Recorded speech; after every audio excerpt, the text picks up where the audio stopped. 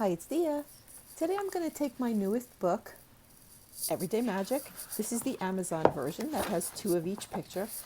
And I'm going to do an interesting experiment. Now, I'm going to keep my fingers crossed with this one because I don't know how it's going to turn out. So, I'm going to take Cra-Z-Art Super Bright Colored Pencils, a Signo gel pen, my favorite white gel pen, and I'm also going to take Arteza White Gouache.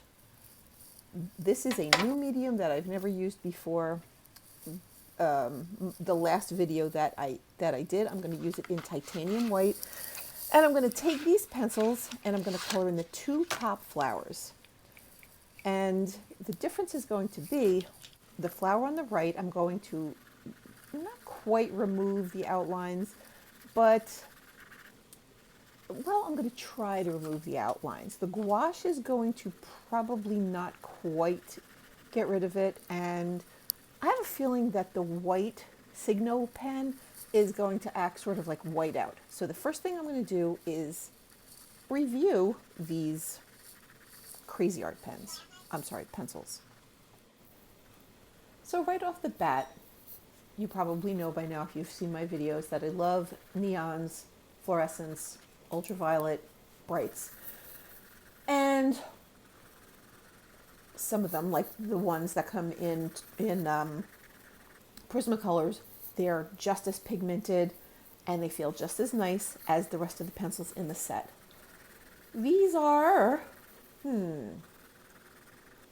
I like the colors, but I can't say they're very pigmented. I'm not being super neat here and I'm not trying to create a masterpiece, but you can see that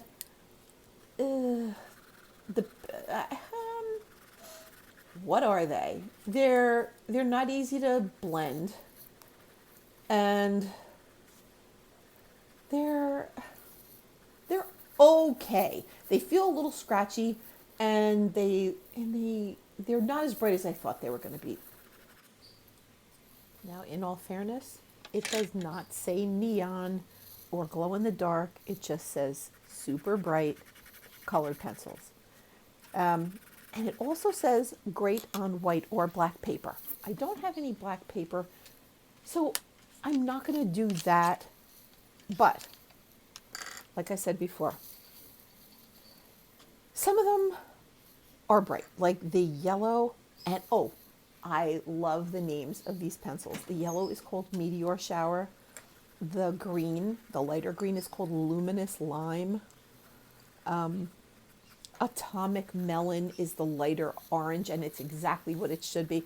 So those, okay, Atomic Melon, Meteor Shower. The color that I'm using right there actually is Inferno Orange, and it's an I would say it's more of a poppy versus orange. And that one's really not super bright or neon-ish, but I love the color. There's Laser Beam Blue. There's also Afterglow Green.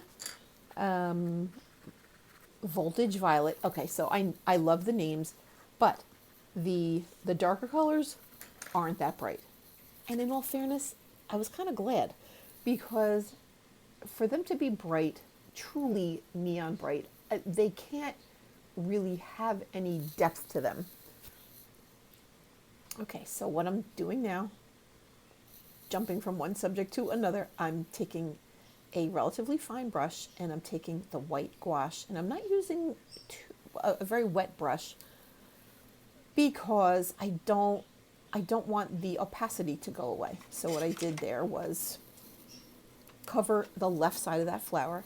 Now I'm taking the Signo pen, and I'm going over the right side of the flower.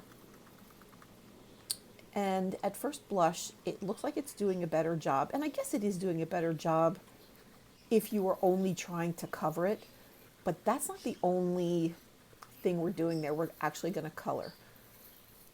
So I'm going back to the other flower now because I'm going to go to the darker shades in the set.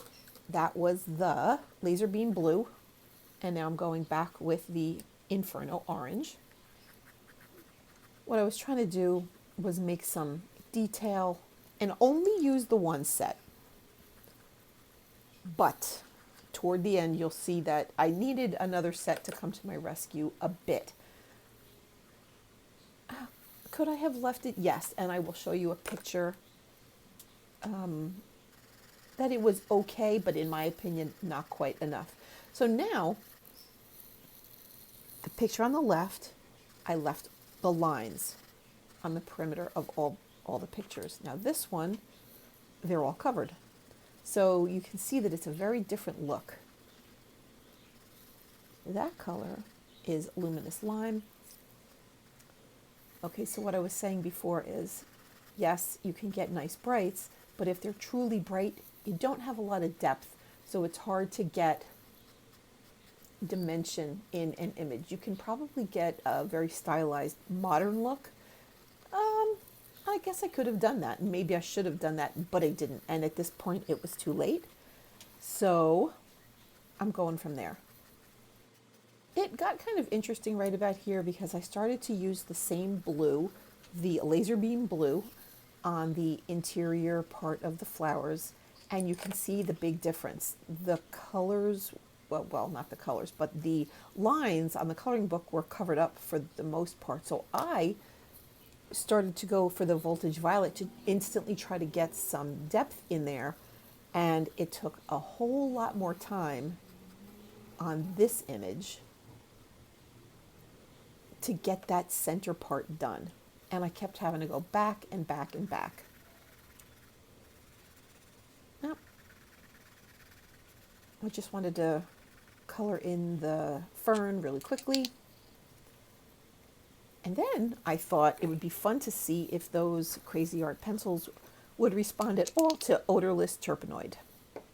So I quickly went over both flowers, and as you can see, the flower on the right, where I covered up the lines, it ended up to be a very different thing. It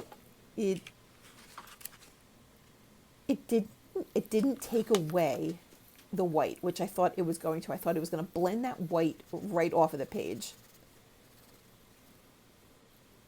So the two darkest colors in the set, like I said, are the Laser Beam Blue and the Voltage Violet. So I thought I would take the blue and try to give some kind of depth and background to these flowers to see what it looked like, comparatively speaking, and which one looked better. So do we like it better with the lines on the flowers where we left the outlines, or is it better to have it covered? I'm not quite sure, because in all fairness, some people might like the left flower better just because there is no extra area of green around the blue part in the center. I'm taking the terpenoid again and blending out that background really quick. Oops, sorry for that Mickey Mouse. That was me answering somebody in my house.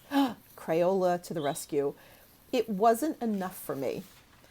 So I figured I would go in and take as close, the colors as close as the other ones as possible. So that was teal blue, and I'm just going over the Laser Beam Blue to just try to get some depth and intensity. And I left the lighter areas, and I really like the way this came out. And they both must be wax-based crayons, or pencils, because they worked together really, really nicely. So as you can see, I had to go over the interior on the right hand side many times to get the same kind of detail as the flower on the left. I didn't have to do it, but I kind of wanted it to be a fair comparison. So you can see that I had to add shadows. I had to do a whole lot on the flower on the right to make it a fair comparison. And as it was going, they very much started to look different, and I didn't know which one I liked better. And to be honest with you, I didn't know if I was crazy about either one of them. So that was the signal that I just had to keep on going. Because if I left it the way it was, I would have been, wouldn't have been my favorite thing. So I went to Crayola and I got some darker versions of the colors that I used in the Cra-Z-Art set. And I started to make some shadows and some depth and added a little bit of detail, and I started to like it better. Now, that being said, it was a little hard to go over the top of the Cra-Z-Art crayons. I've said that many times. Pencils, I think because it might have a bit of filler in it or a lot of wax. So I kept going back and forth with the Turpenoid, and it helped. Now I took a darker blue from the Crayola set and went over the top, and instantly panicked because I didn't like that either. So I blended that in with the Turpenoid. And then I took a marigold color from the Crayola set and added some yellow, like a marigold goldy yellow, across all of the flowers and the leaves. And then I liked it more. It sort of needed more balance. Now, once again, I went back into the center part with, I eventually needed pure black, just because it wasn't showing enough detail, basically, and I just didn't like the way it looked. And then once I added the black to that flower, I thought it looked pretty nice. So the background isn't perfect, and I didn't even want to do it too fancy. I just wanted to see if I could get a really pretty picture with just the Cra-Z-Art pencils. Now, here is the picture before I started with the Crayola. It's soft and sweet and almost innocent looking, but I think I like it better this way. You'll have to let me know what you think. I'd also like to know which flower you like better, the one with the lines still intact or the one where the lines were covered. Also, the gouache versus the Signo pen. I just want to talk about that really quickly. You can go over the top of the gouache. You can color on top of it. It sort of becomes part of the paper. It's really neat. The Signo probably covers better initially, but there's two glitches.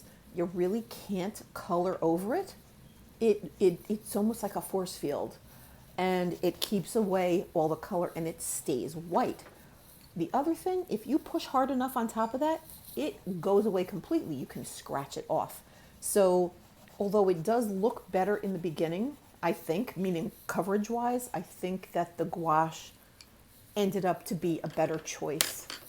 So let me know which flower you like better, the one with the lines or the one without. I'm curious to know about that too. Just tell me below. Thanks. So I'm thinking about this, and I would have to give the Cra-Z-Art pencils a thumbs up because the colors were really interesting. They were beautiful. They lent sort of a luminous something to the images, and they worked really, really well with the Crayola pencils. Now that was without the Crayola. This is with the Crayola. And I have to eventually finish this just because I want to see what the whole thing looks like. And I'm only going to use the Crayola and the Cra-Z-Art. Now, disclaimer, I do give them a thumbs up, but I do want to tell you they're not as pigmented. They are scratchier, and they're a little harder to use than, let's say, Prismacolors, Polychromos, or any of the other better brands. But there's something very nice about them, and I like having them in my arsenal. So if anyone ordered or will be ordering my new coloring book, Everyday Magic Artist Edition from Etsy this week, let me know in the comments below, because I'll be happy to send this set to you with the book as a token of my appreciation. If several people respond, I'll put the names in random.org and pick that way. So good luck, and don't forget a Prismacolor giveaway soon. So thank you all for watching my video review. I hope you enjoyed it, and I want to end by saying I hope you find the D. Lenihan Coloring Gallery on Facebook, because all members who enter my giveaways in the future will be automatically entered twice for double the chance to win. So thanks again for being here, and I appreciate you all so much. And don't forget to subscribe here. Also, push the red button, and you can hit the bell if you want to so you don't miss a thing. So I will see you soon. Thanks again for watching. Bye.